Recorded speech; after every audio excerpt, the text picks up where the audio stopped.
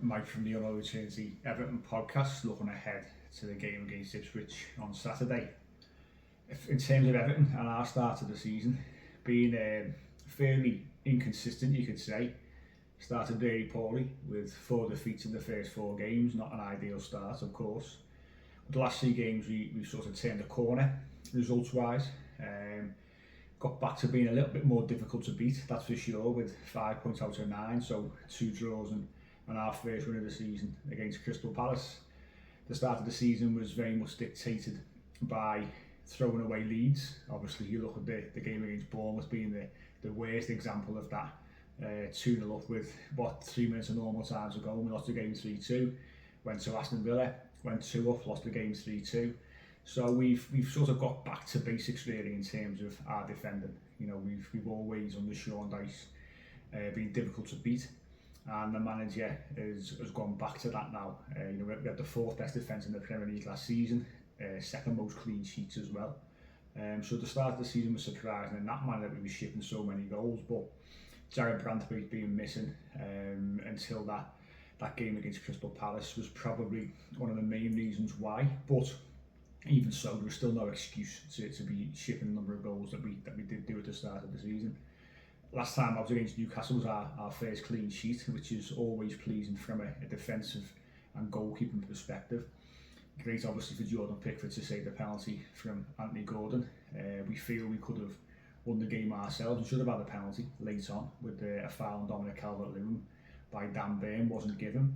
But it was a decent point against decent opposition, but a side that we beat at Goodison Park last season. So we always look back at those games last season and think, you know, if you haven't got the same number of points, what was the difference? But I think on the day it was a pretty fair result, and as I say, we seem to have turned a bit of a corner, you would say now, in terms of our results. 3 games unbeaten is certainly a much more of a positive step compared to where we were going back to the early part of the season. In terms of how we should line up on Saturday, Jordan Pickford will start in goal. We had a few injuries before the international break, but hopefully some of our players should be back for this game. One being Vitaly Mykolenko at left back. Jared Branthwaite, who had a little bit of a setback after being returned from a medium-term injury, he should be back as well. So Mykolenko, Branthwaite, Tarkowski, and then right back will probably be Seamus Coleman if James Garner is not fit. He's got picked up a back injury this week, so he's a doubt for the game, and he did play right back in our last game against Newcastle. But Seamus Coleman himself is coming back from an injury, so it'll be a toss-up, I think, between him and Nathan Patterson as to who starts at right back if James Garner is injured. In the middle of the park, I think he will go with the manager, with Mangala as our first centre midfielder. I'd like to see it just Garner Gay alongside him, to be honest. I think he offers a lot more in there than Decore as a central midfielder. Garner Gay has obviously travelled over the last week or so playing for Senegal, so that might come into the manager's thinking. So one of either Decore or it's Garner Gay. On the left hand side will be Iliman Ndiaye, Senegalese teammate of Idrissa Gana Gueye.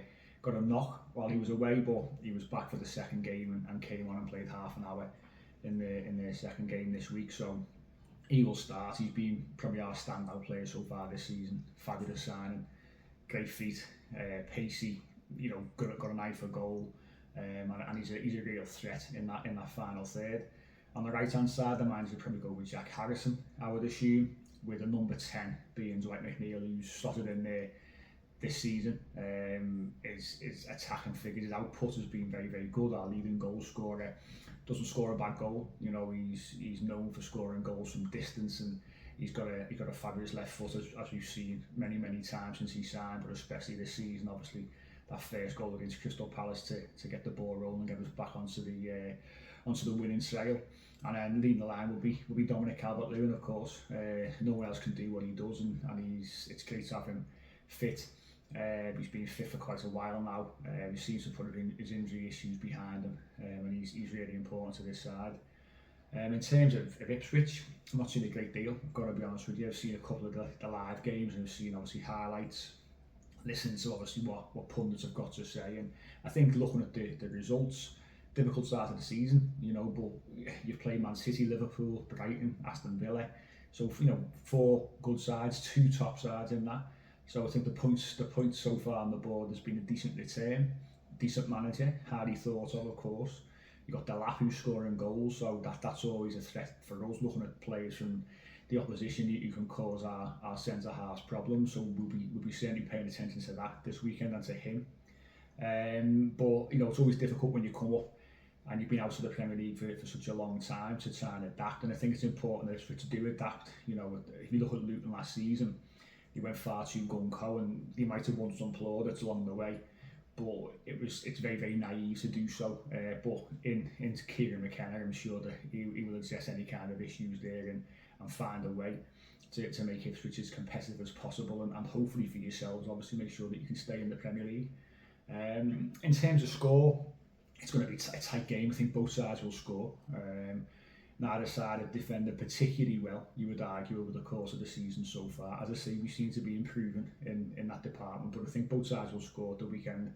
But I think that we'll nick it. I'm going to say 2-1 Everton on Saturday, and with a bit of luck, we can come on with the 3 points. But let's see what happens and enjoy the game.